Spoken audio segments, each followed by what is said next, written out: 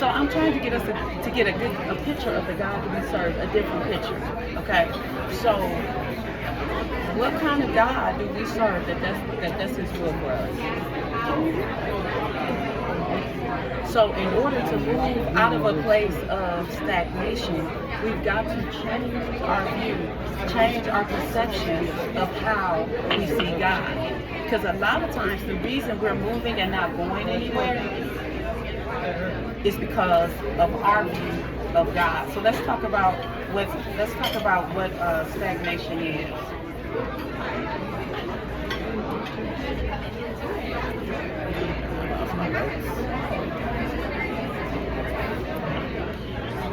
Okay, so stagnation is movement without progress. It's moving and still not going anywhere. It's people who spend years celebrating movement when heaven is looking for momentum. Okay, so a biblical example of this is the children of Israel. Okay, they were moving, wandering, going around in circles, making no progress. Okay, so the root of stagnation: fear, disobedience, unbelief, cycles. This is a big one that a lot of times we don't want to deal with. Poor stewardship, emotional immaturity, unhealed trauma, distractions, delayed obedience. These are all things that fuel stagnation. Inconsistency. How many of you have believed you heard God, you stepped out on it, okay? And then once you stepped out on it, the first sign of any trouble, you said, did I hear God? I must have missed God. This could not be God. This can't be Him, okay? And so we stop, and then we end up starting over, okay, a lot of times. And again, it's because of our view and our perception of God. Okay, so this is what it looks like. Launching ministries, never building systems, having talent, but lacking discipline, praying for opportunities, but avoiding preparation, talking about vision. You got a vision, you wrote the vision, you made it plain, but then you didn't execute it. Nobody ran with it. It's just sitting, it's still sitting right now on paper. Jesus. Being constantly busy, but never productive. Being in relationships that continuously repeat unhealthy patterns. Living in constant survival mode. You can be visible and still be stagnant. You can be gifted and still be stagnant. You can be famous and still be stagnant. And guess what else? You can be anointed and still be stagnant. And so one of the things that we have to understand is the difference between movement and acceleration, and then also movement. So movement is activity. Movement means that something is happening. Movement alone does not generate progress, okay? So motion is not the same as momentum, okay? So then there's this thing called acceleration. Acceleration is movement with forward progress. It means that you're covering ground. It means that time is compressing. So it means that actually something is happening. It means that things are movement. So an example of this is, I mentioned it earlier, Amos 9. Things are happening so fast, it's going to make your head swing. Okay, so that's acceleration. So momentum is this, sustained acceleration.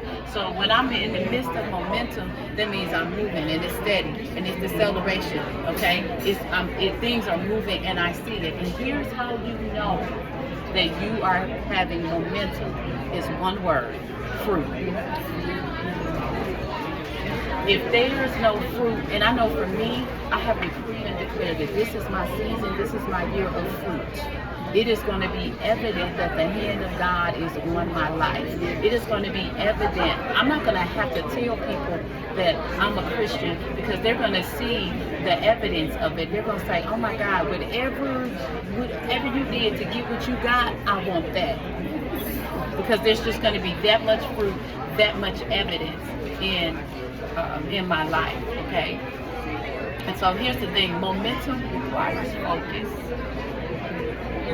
Once you start accelerating, and you have to stay focused, and you have to stay focused on the end goal, because there are so many things that are always clamoring at our attention. And if you stop to answer everything that's clamoring for your attention, your whole day will go by.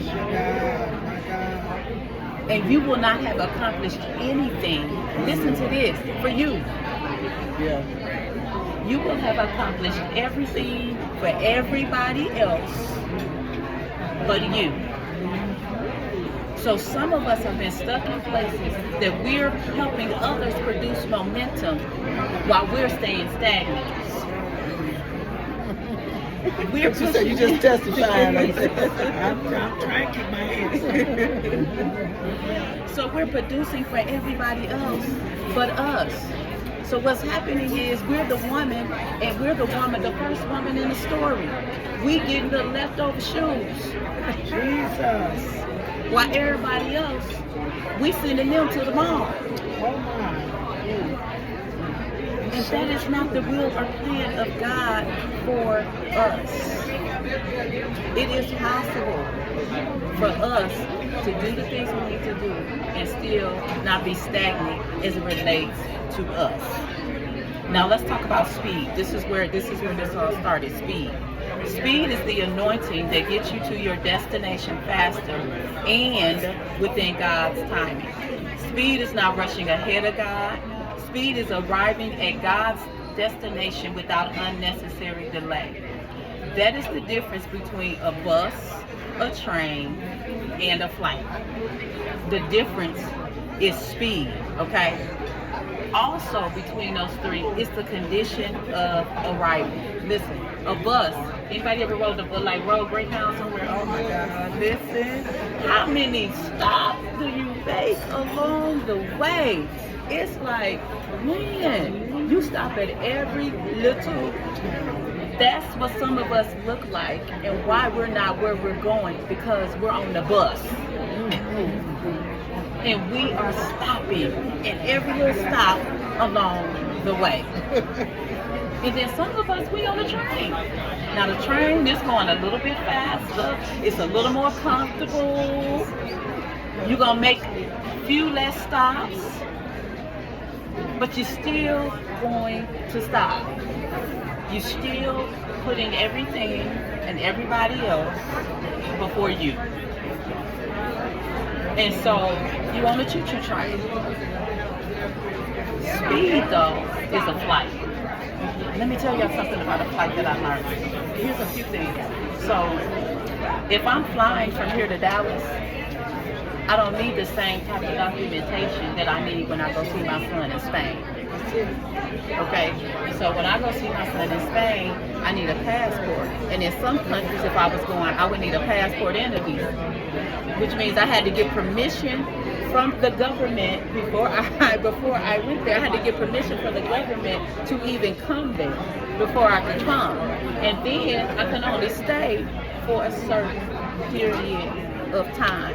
Okay, can't get to these other places. So there are several types of doors. Okay, so there's the local door, the regional door, there's the national door, then there's the continental door, and then there's a global door.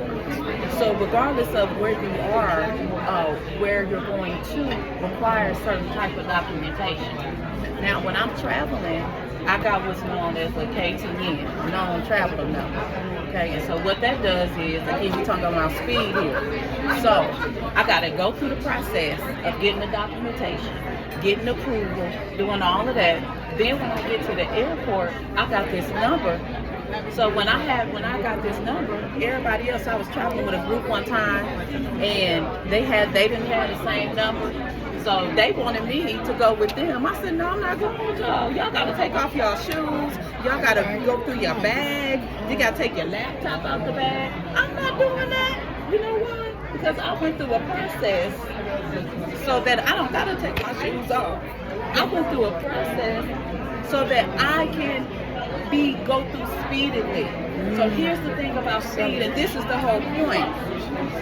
The process that you've been through, the things that you have experienced in life is what qualifies you. There are some of you in here, you have been through the process, and it is your time for speed. You are right there at the airport. Okay? And there are people literally trying to get you, come with me, go through this line with me. No, I've been through this process. I'm not going backwards. I'm not going back to a place where I have to go through all of that. This time, I'm accelerating. I'm getting there speedily. Listen to this. Some of us are not in a place where we've even received the benefits of the process that we went through. We think that the benefits is for everybody else. And it's not. Now, yes, I'm going to tell my testimony. Yes, I'm going to share. Yes, others are going to benefit from my gift. But I've shared this a few times. Listen, when you get a gift at Christmas, there's a process that you go through. Now, first, that gift is sitting under the tree. Nobody's using it. Nobody's have benefited from it or anything. Then you got to pick it up. When you pick it up, you got to open it up. Okay? So, when you open the gift, well, first of all, you got to receive the gift. Let's back up. You got to receive it. Some of you haven't even received the gift of you. You don't even recognize that I'm a gift. So you stay stagnant because you don't recognize and haven't identified that I am a gift. The gift is me. And that's why we're okay with everybody else benefiting from everything else but us. And that's what keeps us stagnant, is how we see ourselves.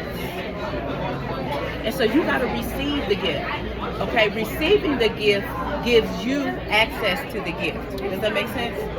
Receiving it gives you access to it. Now, you got to open up the gift. When you open up the gift, now the gift has access to you. Okay, so now you got access to this gift. The question is, what are you going to do with it? What are you going to do with you? What are you going to do with it? Now, if it needs assembly, some of us look at it and be like, oh, it just sits, because I don't feel like assembly. I don't feel like doing the work to actually put this thing together and use it. And for some of us, that looks like, I don't have time. I'm tired. I don't think I'm enough. I don't think I have the skill. I don't think I have the education. So I'm not going to do the work. And the gift is just going to sit there. Oh, I'm not. It's not. You just happen to be in my... So once you open the gift, then you have to utilize the gift. Okay, so utilizing the gift, that is what is going to cause you to be able to benefit from it. That's what's going to cause others, okay? And that's where stagnation comes in. We'll sit there, we'll have the gift and everything, but we won't utilize it. We won't do it. Why? Because we're moving, but we're not going anywhere. So I want to talk real quick about stagnation in ministry and stagnation in business.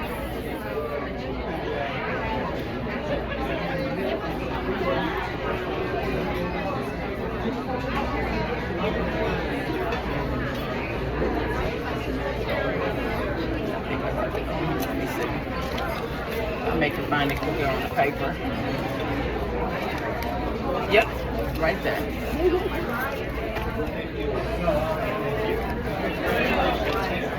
Okay, so stagnation attacks people who carry kingdom assignments in ministry and marketplace for two reasons.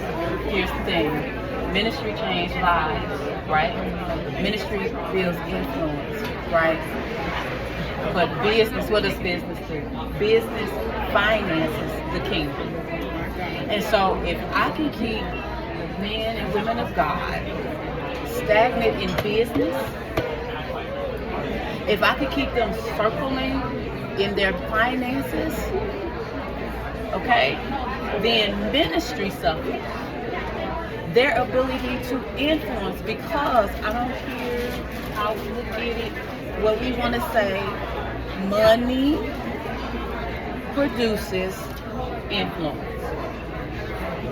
When I went to my nephew's funeral, so when I got a car, I got a specific kind of car, and I wanted it specifically because I wanted people to look at me and say, "Hey, how did you get that?" So when I went to my nephew's funeral, when I say all of my nieces and nephews, they were fighting over who was going to ride with me. So when we got back to the house, I had to literally take turns and just go drive them around so that everybody could ride in my car. That's what money does. You know, I hear my bishop say this all the time. He says, nobody have ever asked me what I did with my Timex, but they do ask me what I do when they see my Rolex. Money produces influence.